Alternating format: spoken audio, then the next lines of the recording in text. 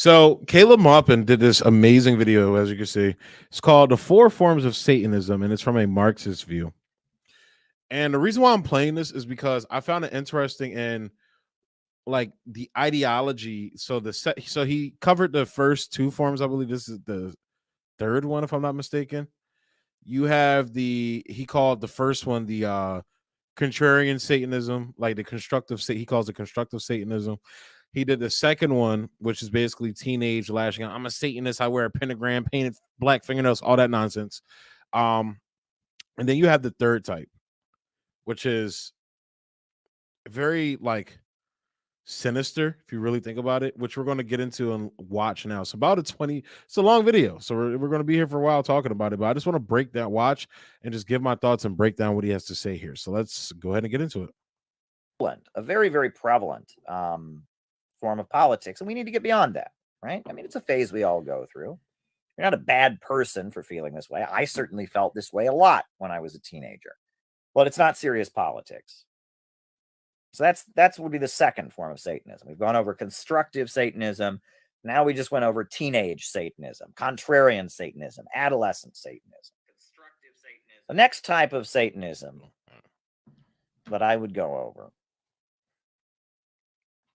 is probably the most literal form of Satanism. I mean, the Church of Satan, this is what they actually believe.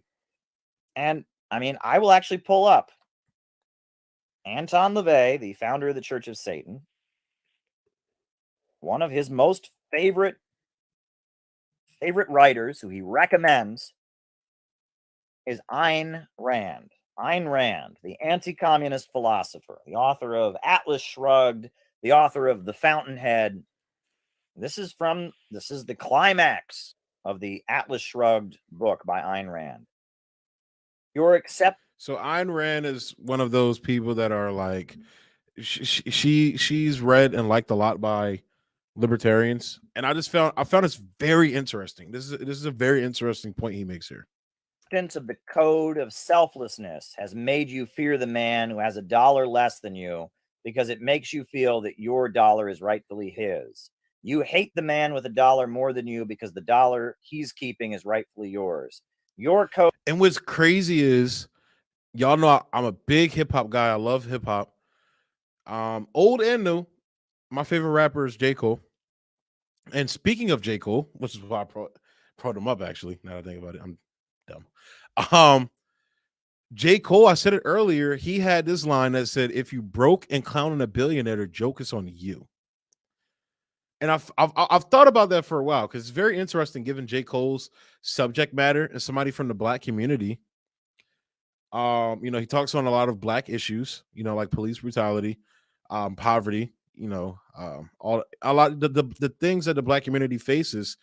But you see, they still, because he's reached a certain class, they still like miss the point. And I don't think J. Cole's missing the point on purpose as like a Jay-Z is. I think Jay-Z is missing the point on purpose.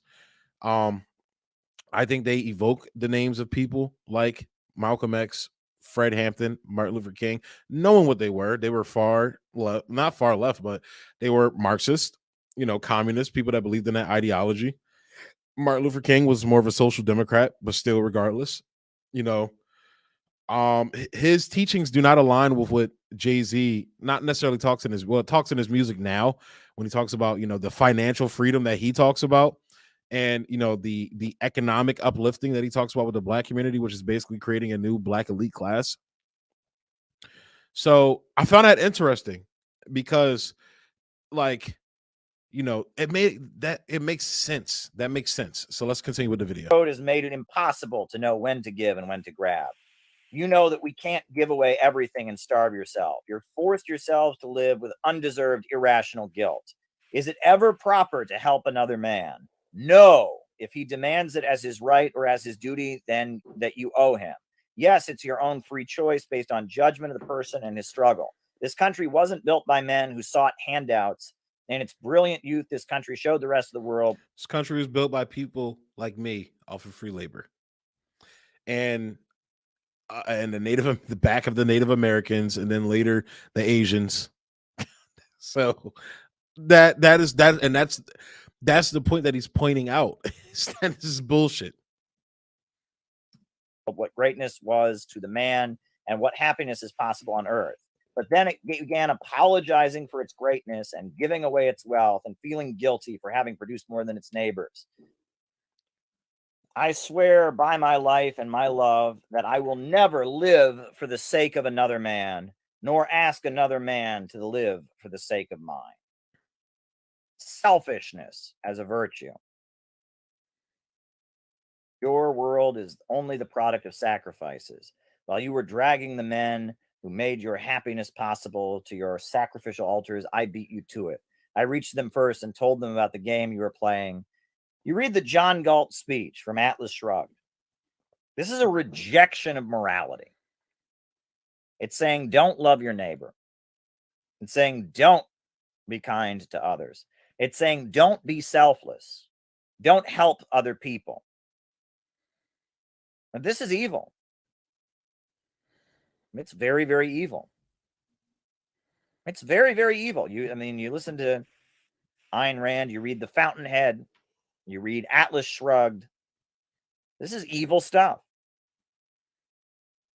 It's saying that one should not have empathy.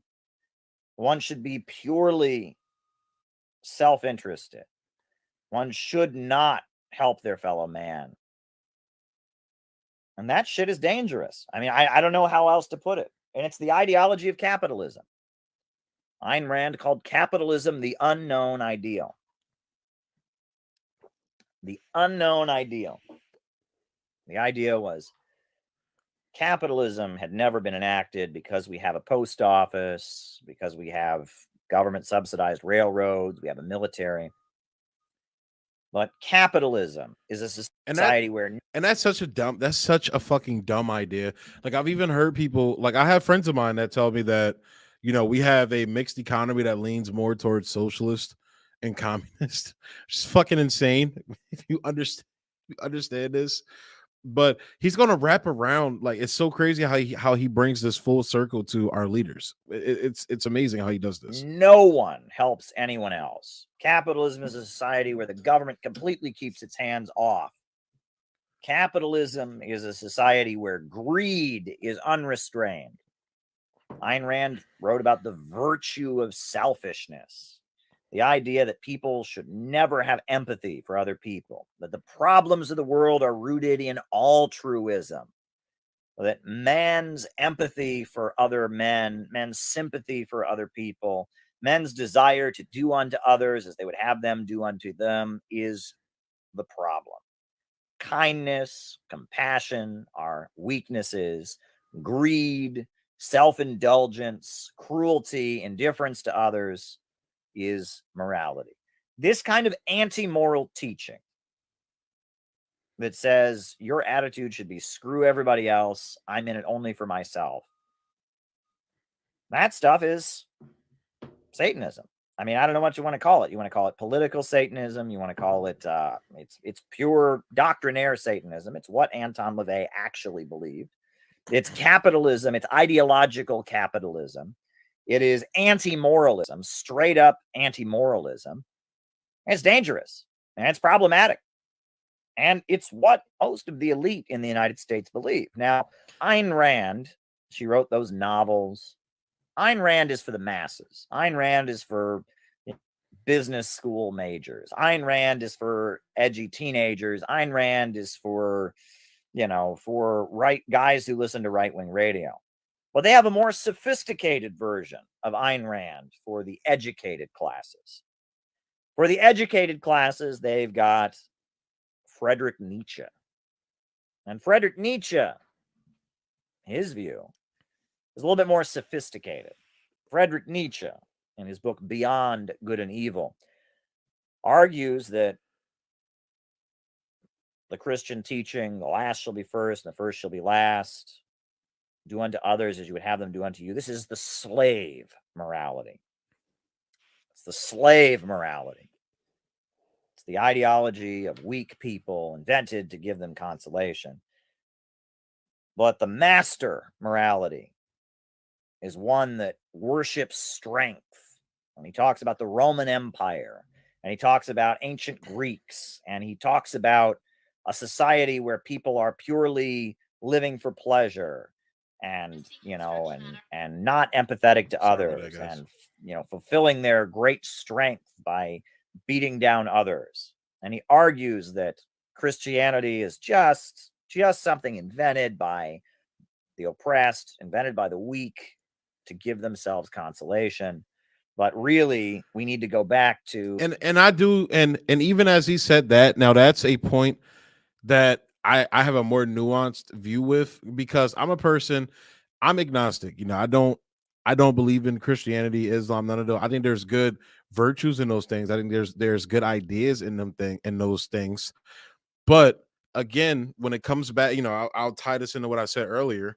Like my perspective looking at this is, when I look at some of the teachings in the Bible, outside from all the lunacy that's in the Bible, but there are virtues in there that goes hand in hand with Marxism and communism and that ideology. And there's no surprise that some of the most religious countries out there, the most socially conservative due to their religions, are Marxist and communist, like Nicaragua. Nicaragua has some of the most, some have some of the most strictest abortion laws out there. Like I'm pretty sure they're anti-abortion. You got Russia, even though the Soviet Union, under Lenin, they legalized abortion. They were the first country to legalize it. Stalin banned it. I think he makes that point in this video too, but that was something I researched on my own. Stalin banned it. And when you look at Russia today, it's very conservative. You have there are a lot of them are in the Christian Orthodox Church. So there you have that. Might makes right. We need to go back to hedonism. We need to go back to greed is good. We need to go back to this kind of thinking. Now, this is a more sophisticated version of the Ayn Rand way of thinking. And both of these philosophies, the Nietzsche philosophy, as well as the Ayn Rand philosophy, view the people as the enemy, right? John Galt's speech is all about how the great men are persecuted. The reason that the rich are rich is they're just so much better than everybody else. They're so much better than everybody else, and the other people are just trying to bring down the superior ones. And Friedrich Nietzsche has a similar mindset. In fact, Friedrich Nietzsche hated the Paris Commune of 1871. A lot of his writing in his final years was dedicated to tearing down the Paris Commune, accusing the Paris Commune of 1871 of being an evil thing because it was the rabble rising up. And on top of Ayn Rand, Friedrich Nietzsche, you have Leo Strauss, the ideological father of neoconservatism. Leo Strauss was a philosophy professor. He wrote Persecution and the Art of Writing. And Leo Strauss, he had lived in Germany, and he fled Germany, moved to the United States. He taught at the New School University, eventually moving to the University of Chicago. And Leo Strauss, he argued that all of the great philosophers throughout history, Plato, Socrates, Kant, Descartes, they all wrote in code.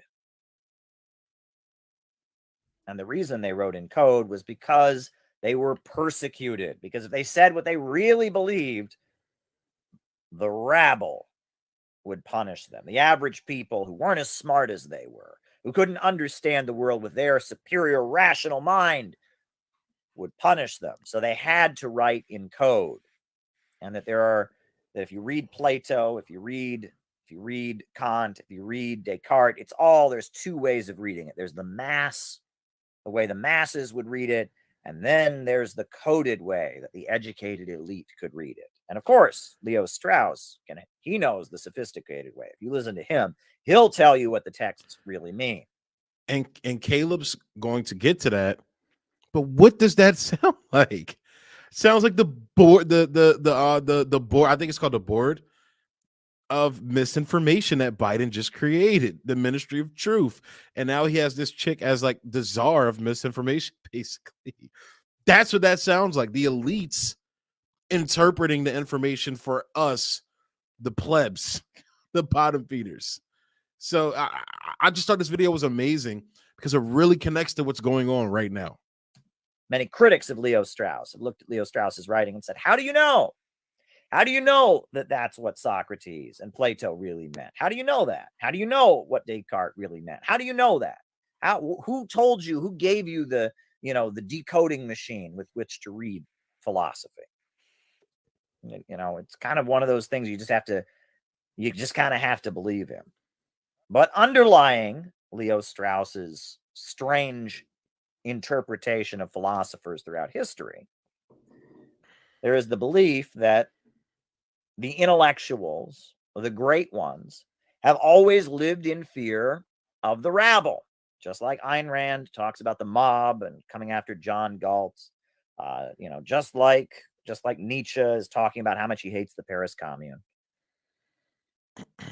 Central in the worldview of doctrinaire, moral, philosophical Satanism is this belief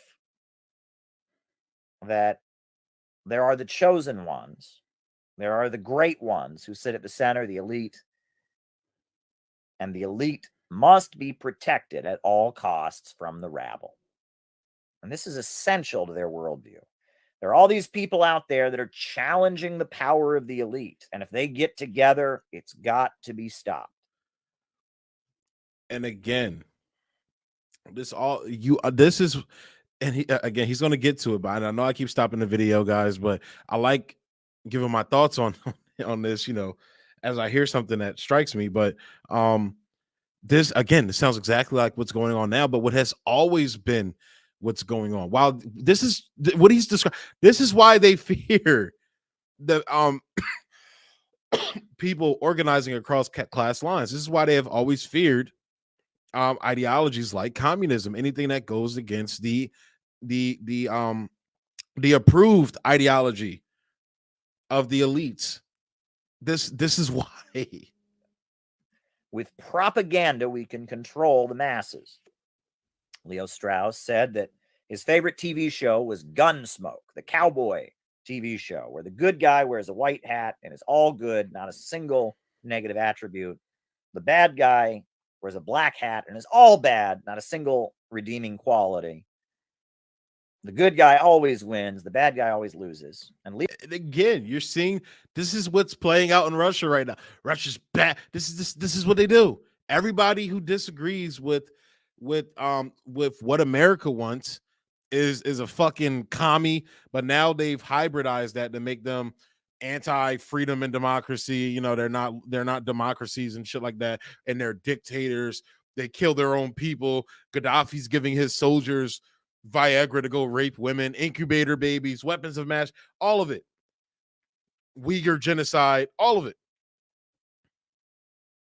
All of it. This is amazing. This is amazing to see. Leo Strauss told his students, many of whom became neoconservative politicians, served in the Reagan administration and the Bush administration, that this is how average Americans should be cultivated to understand politics. We need dumbed down, stupid propaganda for the masses. Make the masses brainwashed and controlled so they don't get together and trouble the elite. And that politics is about protecting the freedom of the elite from the persecution of the rabble.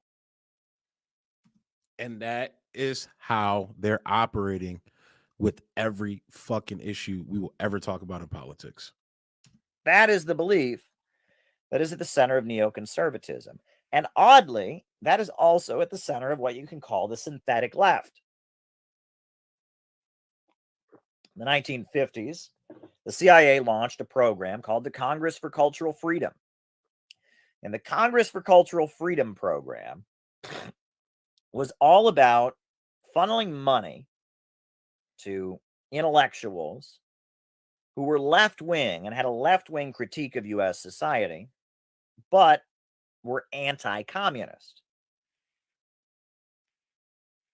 And Susan Sontag and Hannah Arendt and Mary McCarthy and Herbert Marcuse, these individuals were subsidized as part of this program. And one of the main things that they did was reinterpret what fascism is. Now, the scientific Marxist understanding of fascism is rooted in the breakdown of capitalism. When the capitalist system enters a crisis, the capitalists fight with each other. One section of the capitalists seizes power and uses heavy-handed state measures and mobilizes the population to drive down living standards in an attempt to stabilize and end the capitalist crisis. Hitler did that. Mussolini did that. That's what it is. It's a form of capitalism in decay. I believe Lenin is widely quoted as saying, fascism is capitalism in decay. R. Palm Dutt, the Marxist and leader of the British Communist Party, wrote a great book, Fascism and Social Revolution. But Hannah Arendt and Susan Sontag, they had a very different definition of fascism. If you read Fascinating Fascism by Susan Sontag, the essay that she wrote for the New York Times Review of Books, if you read Eichmann in Jerusalem by Hannah Arendt, suddenly fascism is not the problem of capitalism in decay. It is not a Bonapartist maneuver. It is not liberal Western capitalist societies. There goes that word again, Bonapartist. Collapsing into illiberalism amid an economic and political crisis. No, fascism is when the rabble get together. Fascism is when the inferior ones get together and start persecuting the great intellectuals. And you saw that play out perfectly with the Canadian trucker. Dog, they fucking got Richard Wolff out of here. They love Richard Wolff, all of them. Sam Cedar, all of the shit lips and neo progressives.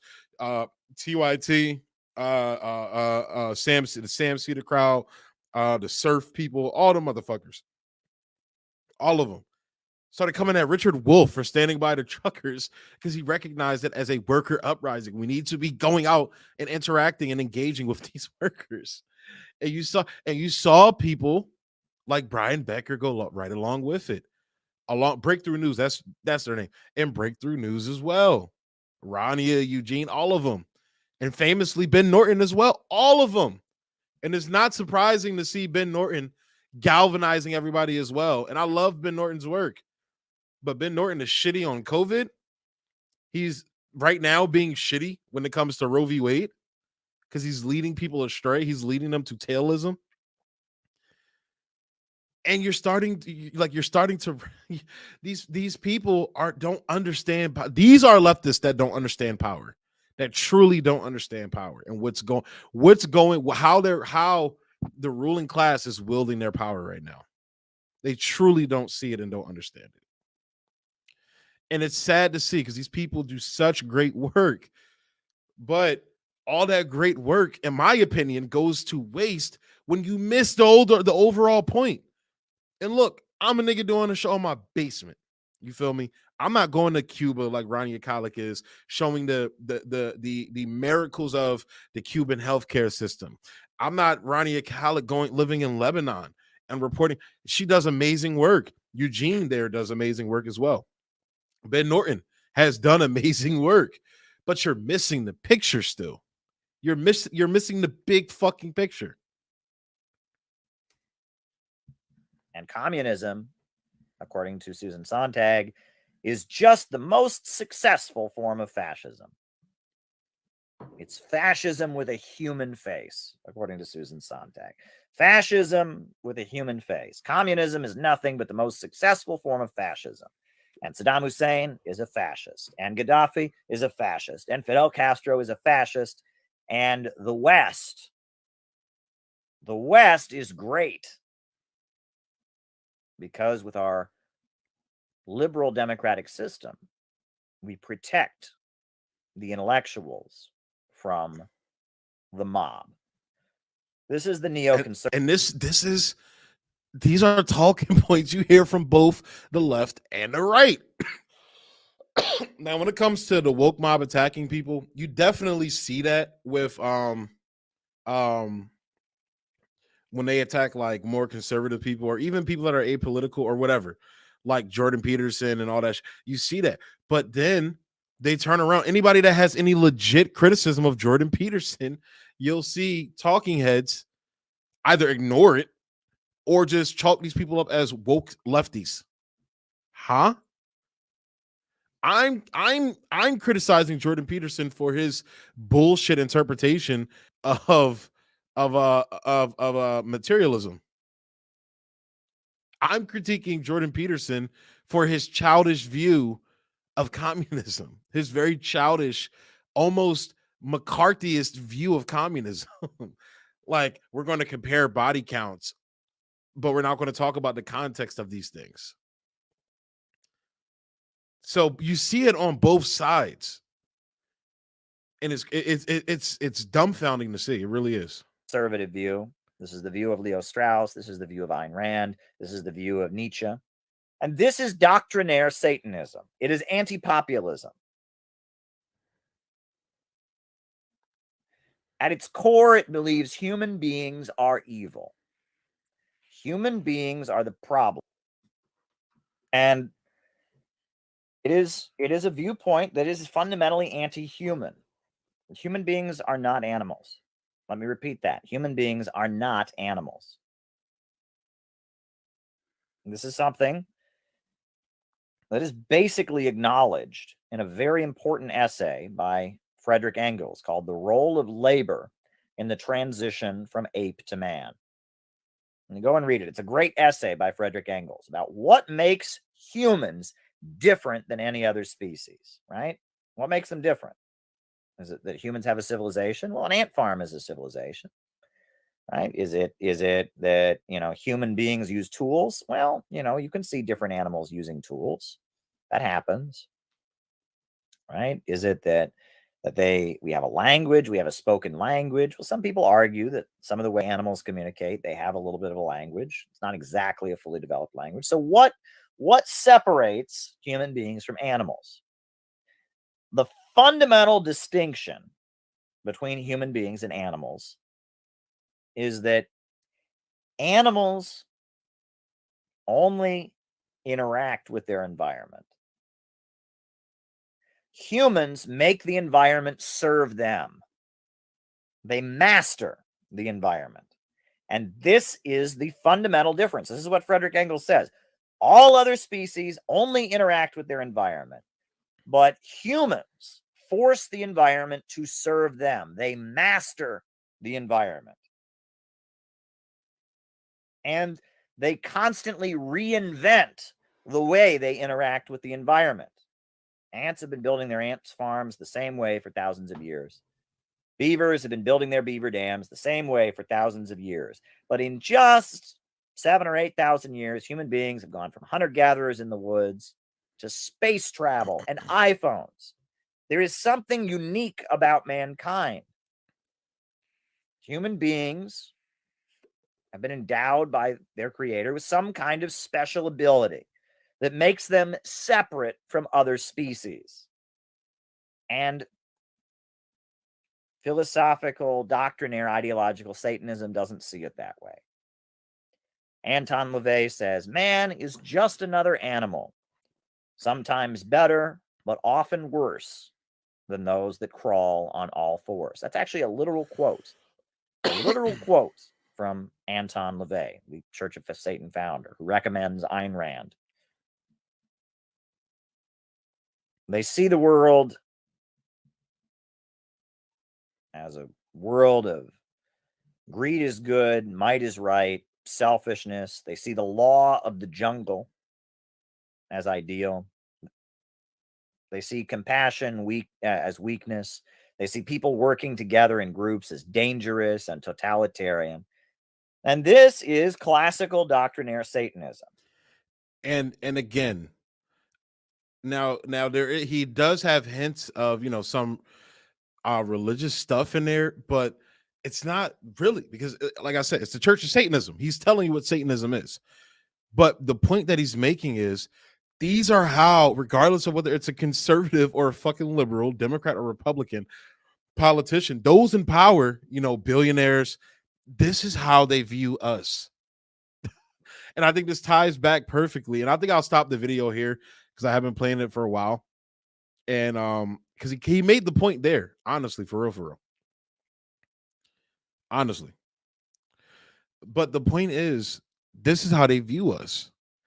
But not only is this how they view us, they fear us getting together in groups and coalescing and forming and organizing to fight back against their power, the fight back against the power and repression that they wield against us. They fear it. They're so fucking afraid of it. So I think Caleb just did a good job there breaking that down.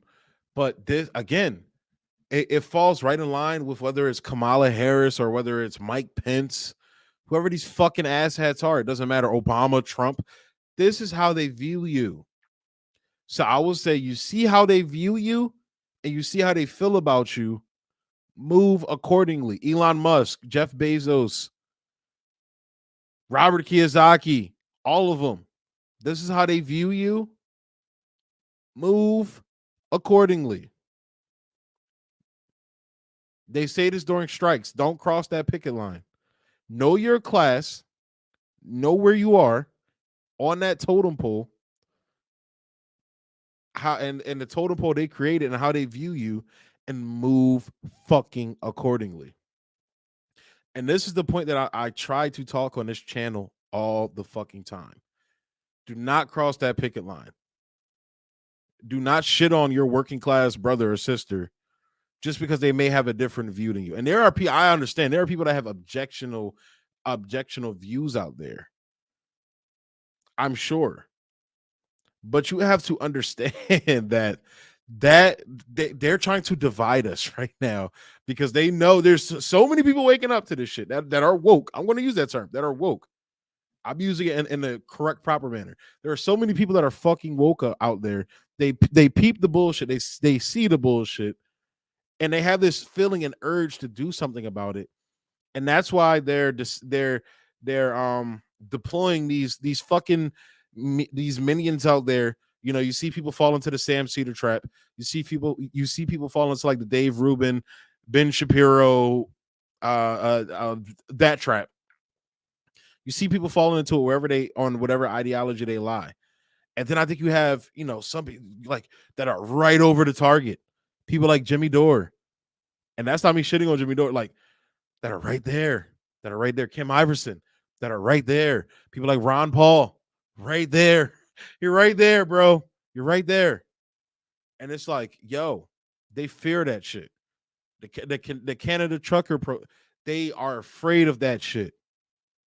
That's why they went so hard on it. And this is the mindset we need to be adopting and understanding this. Billionaires do not cross their class. They have the strongest form of class solidarity in the fucking world right now. And why do I say that? Because them niggas is winning right now.